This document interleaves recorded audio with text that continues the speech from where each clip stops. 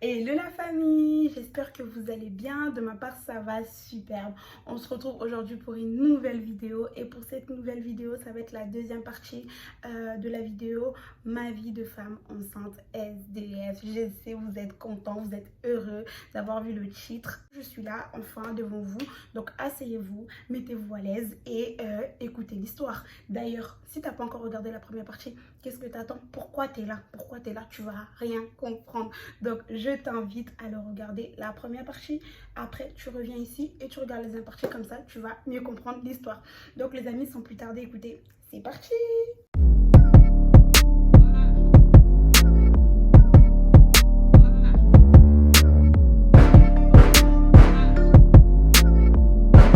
Je me suis arrêtée la dernière fois quand on a rencontré l'ami de Jean, Jean qui était mon copain dès l'époque bien sûr, au centre commercial. À cette époque-là, Jean venait de trouver un travail très très bien, surveillant de collège. Donc voilà, on était très très heureux parce que quand vous regardez la partie 1, vous savez qu'on était vraiment dans la galère, pas de travail, pas de maison, rien du tout. Et donc à cette époque-là, il venait juste de trouver son travail, mais on n'avait toujours pas de maison. Donc c'était un peu compliqué, c'était vraiment très très difficile pour nous, malgré le travail, mais c'était vraiment pas facile. Donc un jour, on rencontre l'ami de Jean au centre commercial. Voilà, quoi, quand tu rencontres ton ami d'enfance, ça fait longtemps. Donc tu fais, ouais mon pote, comment ça va et tout, qu'est-ce que t'es devenu, rien. Ils ont vraiment parlé. Lui a expliqué sa vie, que voilà, ça faisait un moment qu'il n'était plus sur Paris, il était parti en Bretagne parce qu'il s'est marié, mais là il a divorcé, donc il est revenu sur Paris. Et Jean commence aussi à expliquer notre vie. Et moi, franchement, en expliquant ma vie, il m'a même pas demandé mon avis et j'étais vraiment, mais oh, mon Dieu, pourquoi il dit ça? Pourquoi il explique ça? Ça ne le regarde pas. Mais à cette époque-là, je ne savais pas que c'était vraiment la personne qui allait nous sauver. Vous voyez ce que je veux dire ou pas? Donc j'étais vraiment là, non, pourquoi il fait ça? Après, bah, Jean, c'est quelqu'un qui parle beaucoup, donc il a commencé à expliquer en disant que ouais, voilà, on est dans la galère, on n'a même pas où habiter, on n'a même pas où dormir, on est vraiment dans la grosse galère.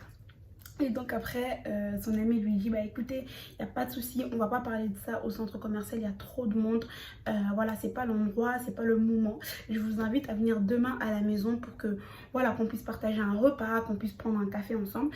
Et vous allez tous, vraiment, vous allez tout m'expliquer des A à Z, comment ça s'est passé, pourquoi vous vous êtes retrouvés dans cette situation-là, pourquoi ta copine elle est pas chez elle, pourquoi elle est avec toi. Enfin bref, je veux vraiment que tu m'expliques toute votre vie. Donc Jean il a dit ok, pas de souci. Donc le lendemain on est parti chez lui, donc chez son ami.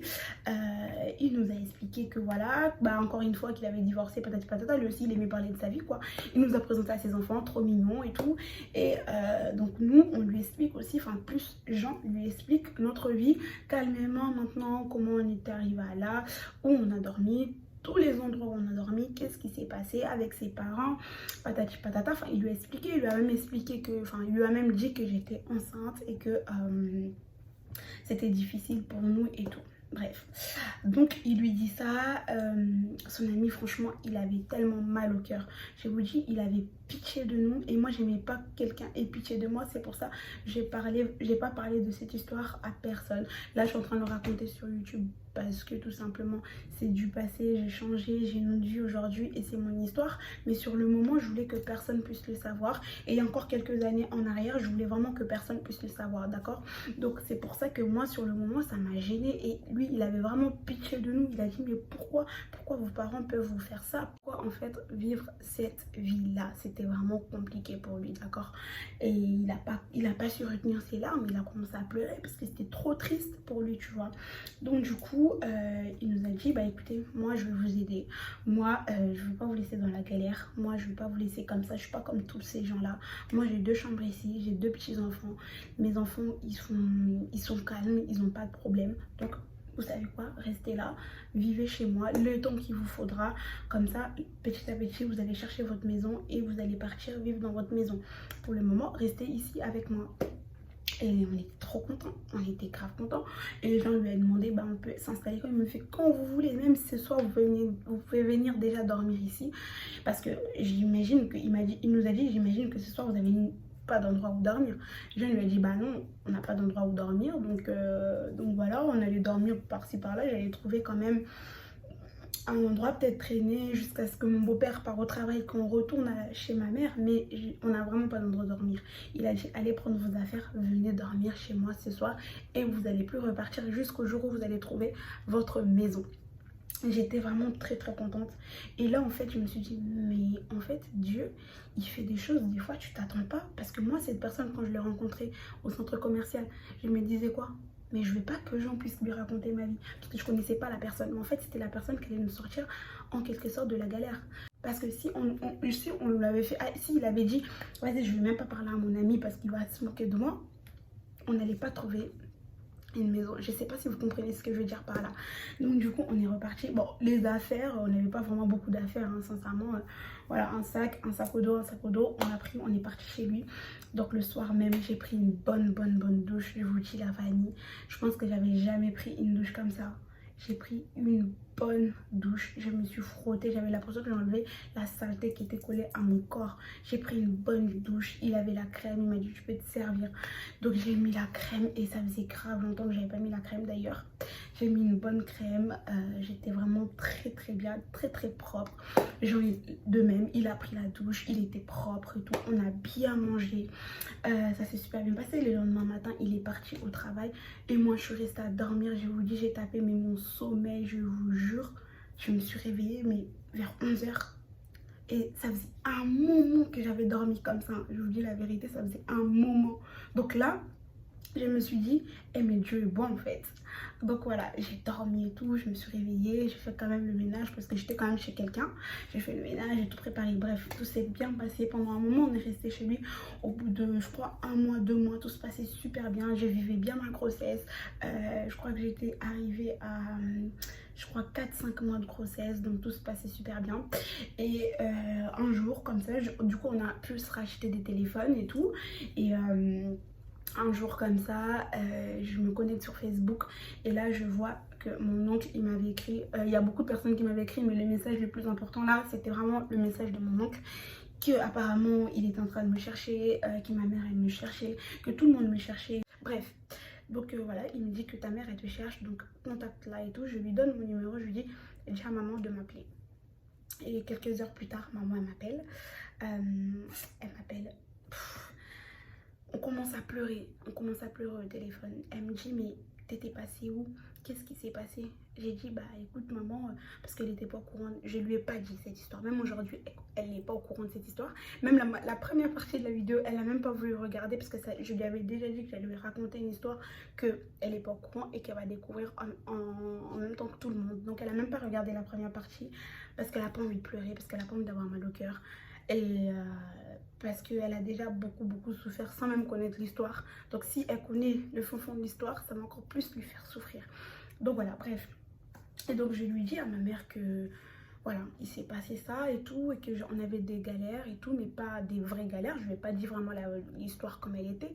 Mais bon, maintenant tout va bien, on va pouvoir parler tous les jours, on va pouvoir s'appeler, on va pouvoir s'envoyer des... Enfin, que je vais pouvoir lui envoyer quelques colis, qu'elle s'inquiète pas, que tout va bien et tout, bref. Donc voilà, je lui ai parlé, tout s'est passé super bien, on a pleuré, c'était très triste en fait à voir. Et avoir ma mère comme ça, enfin je l'avais pas vue hein, mais à l'entendre au téléphone c'était vraiment comme si elle venait d'avoir un trésor. Elle était heureuse mais en même temps triste en fait. Et donc voilà, j'ai continué à parler avec ma maman, tout s'est super bien passé. On est resté chez son amie pendant, ouais je vous ai dit, pendant un moment. Et après on a trouvé une colocation.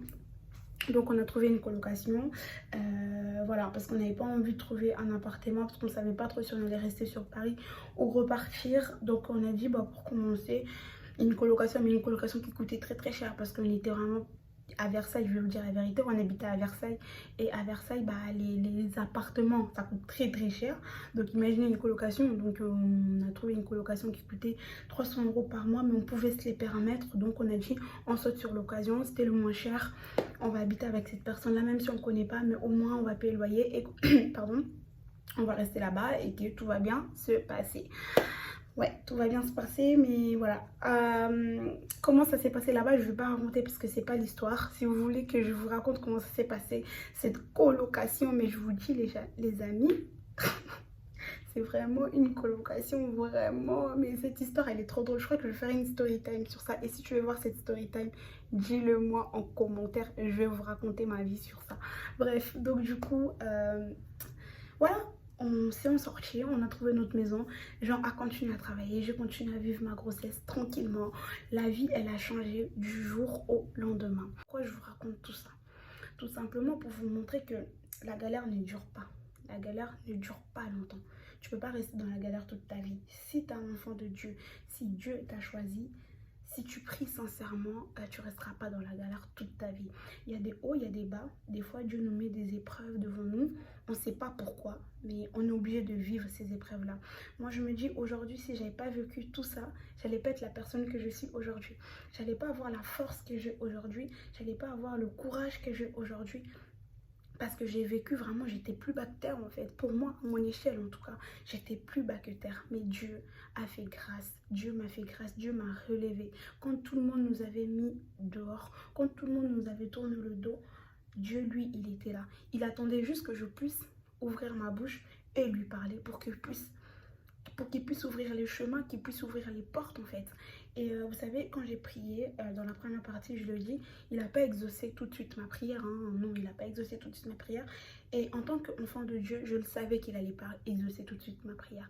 Mais je me disais qu'il allait faire un jour ou l'autre. Et il n'a pas attendu longtemps non plus pour le faire.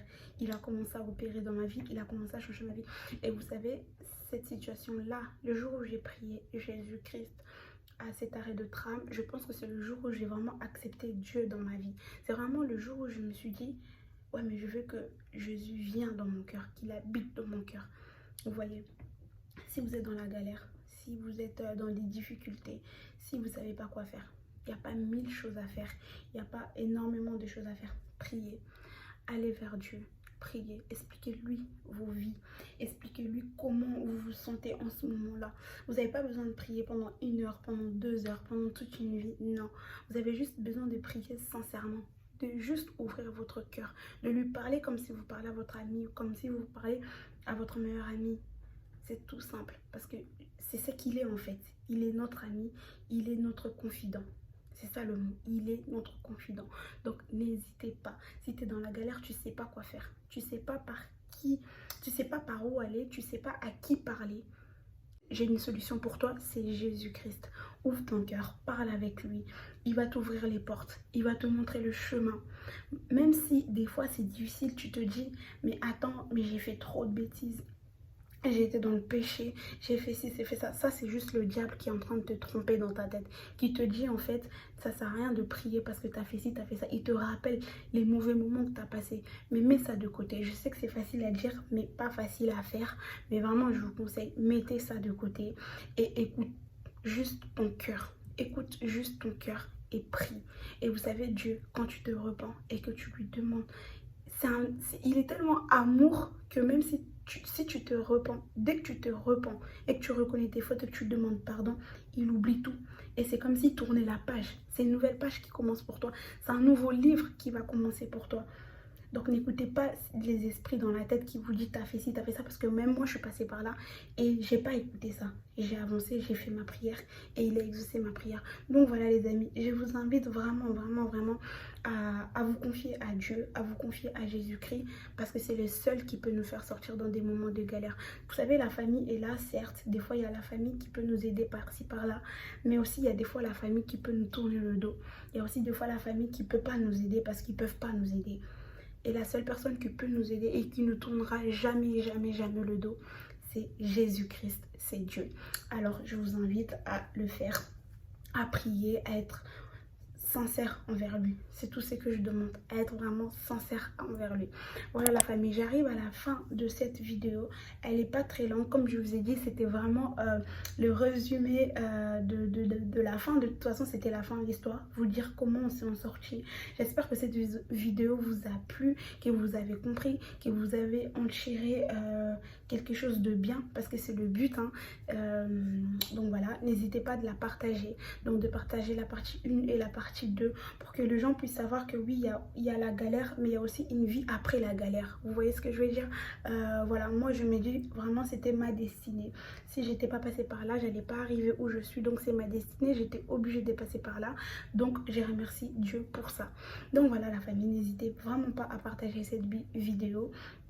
Surtout, je vous invite à vous abonner, à activer la cloche de notification pour être au courant juste de mes nouvelles vidéos. Voilà la famille, je vous fais plein de bisous et je vous dis à la prochaine.